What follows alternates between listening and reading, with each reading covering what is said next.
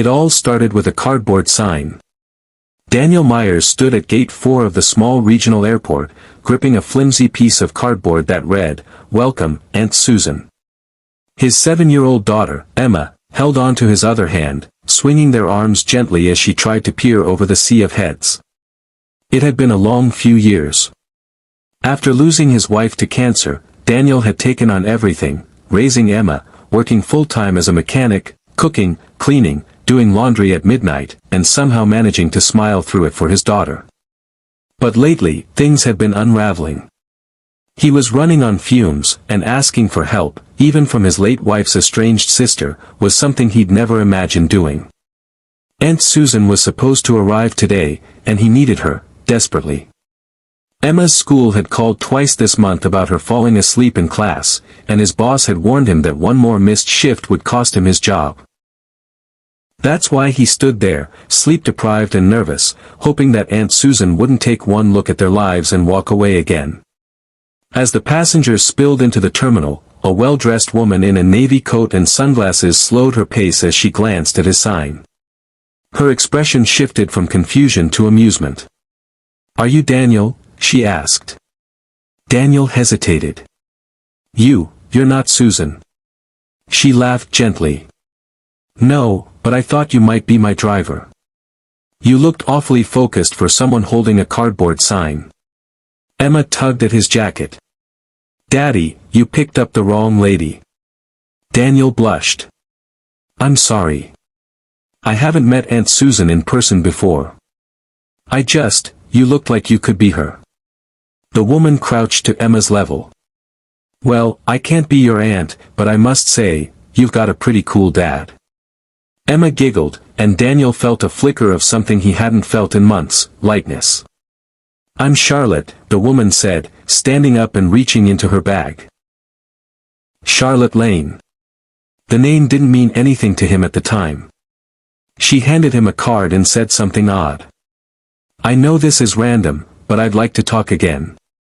I've been looking for someone like you." Before he could respond, a sharply dressed man approached her with a tablet. She nodded to him and walked away. Daniel looked down at the card. Charlotte Lane. CEO, Lane Foundation Group. He figured she was being polite. Maybe she felt sorry for the frazzled dad who mistook her for his long-lost sister-in-law. He tucked the card into his wallet and went back to waiting. Aunt Susan never showed up. A week passed, then 2. No calls. No emails. Just silence. Daniel tried to keep things afloat, late nights fixing old cars, rushing to get Emma to school, sometimes skipping meals to afford her lunchbox snacks. Then one Friday morning, as he was loading Emma's backpack with the last apple in the house, a sleek black SUV pulled up in front of their small apartment. A man in a suit stepped out and handed him a white envelope. "For Mr. Daniel Myers," he said, and got back into the car.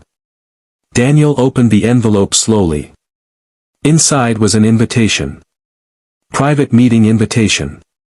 "You are cordially invited to lunch with Charlotte Lane, CEO of the Lane Foundation Group. Please arrive Friday, 12 p.m., the Willow Room, 8th floor, Grand Kensington Hotel. Business casual." He almost didn't go. He didn't own anything business casual, just jeans and a button-down from his wedding. But curiosity tugged at him. So, he showed up. The restaurant was grand, polished floors, gold accents, and a view that looked like it belonged to a whole different life. Charlotte was already there, sipping tea, in a crisp white suit that looked like it cost more than his rent. "I'm glad you came," she said warmly. "I know that moment at the airport was awkward. But, it meant something to me." Daniel blinked. "I still don't understand." "I grew up in the foster system," she said, leaning in. "Bounced around from house to house. I know what it feels like to be overlooked, to have nothing and still wake up every day trying. When I saw you, tired, trying to hold it together for your daughter, I saw someone I used to pray would adopt me. Someone who cared." Daniel stayed silent, unsure of what to say. She slid a folder across the table. Inside was a full scholarship for Emma to attend one of the top private schools in the state. A grant for Daniel to open his own auto repair shop. And, most surprising of all, an offer for him to be a community advisor to the Lane Foundation's single-parent program.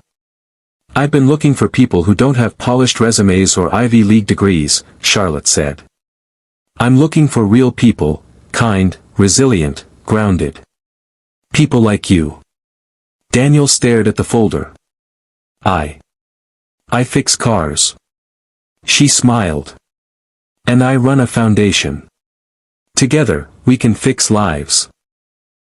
6 months later, Daniel's garage, Myers Family Auto, opened in the heart of the city. His first hire. A single mom trying to get back on her feet. Emma thrived at her new school, happy, energized, and full of stories about science experiments and new friends. Daniel met with Charlotte regularly, helping develop programs that provided child care, scholarships, and job training for single parents. And Charlotte? She became more than a business connection. She became family. Sometimes, life spins a story too strange to believe. A single dad picks up the wrong woman at an airport, and that woman turns out to be the very person who changes his entire future. But maybe, it wasn't the wrong person at all. Maybe, it was exactly the person life meant to send. We often believe the biggest turning points in life come with grand announcements or careful planning. But sometimes, they begin with a mistake. An awkward moment. A kind smile. A willingness to show up, even when everything feels like it's falling apart. And just maybe, when you least expect it, someone's been looking for you all along.